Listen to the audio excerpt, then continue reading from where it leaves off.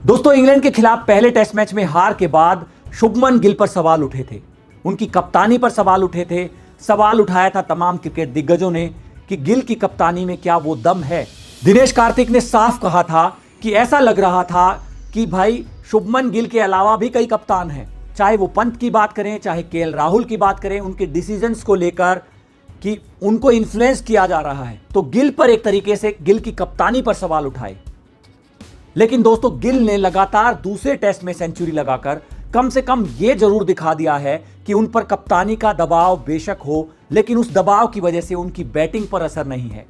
लेकिन दोस्तों, सबसे बड़ी जो हाईलाइट रही, इंडिया ने बुमराह को नहीं खिलाया जैसी उम्मीद भी की जा रही थी, क्योंकि लगातार यही बातें हो रही थी कि भाई 3 ही मैच खेलेंगे। तो दूसरे टेस्ट में उनको रेस्ट दिया गया और इंग्लैंड ने टॉस जीतकर जब टीम इंडिया को बल्लेबाजी दी तो पहला विकेट भी इंग्लैंड को जल्दी मिल गया। केएल राहुल आउट हो जाते हैं। शुरुआत में गेंद हरकत भी कर रही थी, पिच में थोड़ी मदद भी थी। इसके बाद करुण नायर आज तीसरे नंबर पर आते हैं, उनको प्रमोट किया जाता है। करुण नायर और यशस्वी जायसवाल अच्छी पार्टनरशिप करते हैं, जो संभलने का वक्त था वो अच्छी तरीके से निकालते हैं। हालांकि यशस्वी जायसवाल अच्छी स्ट्राइक रेट के साथ बैटिंग कर रहे थे, तो करुण नायर संभल कर खेलते हैं। करुण नायर बेशक छोटी पारी खेलते हैं, लेकिन वो जो उन्होंने पिच पर टाइम निकाला वो आगे मदद करता है। टीम इंडिया का तीसरा विकेट गिरता है, यशस्वी जायसवाल आउट होते हैं, शतक नहीं बना पाते हैं, लेकिन यशस्वी जायसवाल ने बहुत अच्छी पारी खेली। और जायसवाल जो साइकोलॉजिकल थोड़ा सा डाउन भी कह सकते हैं कि भाई दबाव हो सकता था, क्योंकि उनकी फील्डिंग को लेकर पहले टेस्ट में जो उन्होंने कैचेज छोड़े थे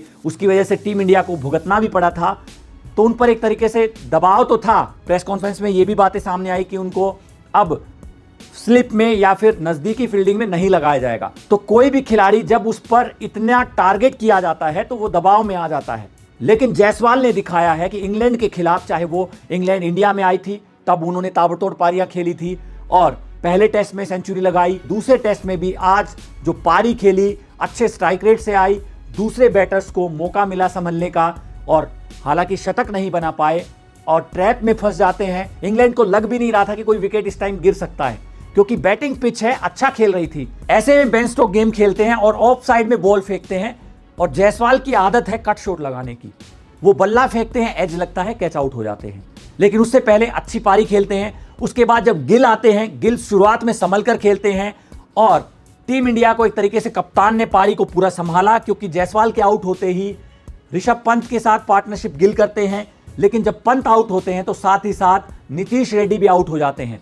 नीतीश रेड्डी तो भैया पहली बॉल छोड़ते हैं, दूसरी बॉल को फिर छोड़ते हैं, बॉल एकदम से कांटा बदलती है और उनका स्टंप ले उड़ती है। उनको समझ ही नहीं आता है कि बॉल कहां गिरी और कहां से चली गई। तब लगा था कि टीम इंडिया के अब 5 विकेट गिर गए हैं और यहां से अगर ऐसी बैटिंग पिच पर टीम इंडिया 450-500 का स्कोर नहीं करेगी, मुसीबत आ सकती है। क्योंकि ये पिच पहले 3 दिन एकदम बैटिंग पिच है और पिच में कुछ खास है नहीं। शुरुआती टाइम अगर निकाल दे कोई टीम, उसके बाद बल्लेबाजी के लिए आसान है। सेकंड न्यू बॉल में भी कुछ खास इंग्लैंड कर नहीं पाया। जडेजा के साथ मिलकर इसके बाद गिल पारी को संभालते हैं, शतक लगाते हैं। गिल की अगर पारी की बात की जाए दोस्तों, 114 रन बनाकर नॉट आउट हैं। साथ में रविंद्र जडेजा 41 रन बनाकर नॉट आउट हैं और 310 रन 5 विकेट पर टीम इंडिया का स्कोर है। एक तरीके से कहें बैलेंस रहा, 5 विकेट गिरे हैं। टीम इंडिया अभी खतरे से बाहर नहीं है, क्योंकि यहां से अगर पहले मैच की तरह अगर कोलैप्स करते हैं तो ये स्कोर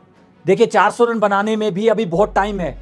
और ये ऐसी पिच है जहां पर कम से कम टीम इंडिया को 500 का स्कोर तो इंग्लैंड को देना ही चाहिए। नहीं तो इंग्लैंड की जैसी बल्लेबाजी है, जैसे वो तेज खेलते हैं, मैच में मुश्किल हो सकती है। हालांकि शुभमन गिल 114 रन बनाकर नॉट आउट है। उम्मीद करेंगे कि दूसरे दिन गिल, जडेजा, इसके बाद वॉशिंगटन सुंदर भी हैं। अब देखना यह होगा कि यहां से टीम इंडिया क्या टारगेट देती है। उम्मीद करते हैं कि प्रसिद्ध कृष्णा, मोहम्मद सिराज, बुमराह की कमी नहीं खलने देंगे। लेकिन यहां से लगता है बैलेंस है अभी मैच। देखना होगा कि दूसरे दिन इंडिया क्या टारगेट सेट करती है।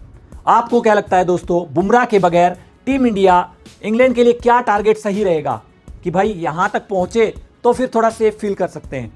क्योंकि वो टारगेट क्योंकि इंग्लैंड देखिए तेज खेलती है, 500 प्लस का टारगेट रहता है, तो जाकर ये होता है कि फिर टीम इंडिया गेम में बनी रहती है। आपको क्या लगता है, कमेंट बॉक्स में आप अपनी राय जरूर दें। साथ ही इंडिया इंग्लैंड सीरीज की तमाम खबरों के लिए स्पोर्ट्सन को सब्सक्राइब करें।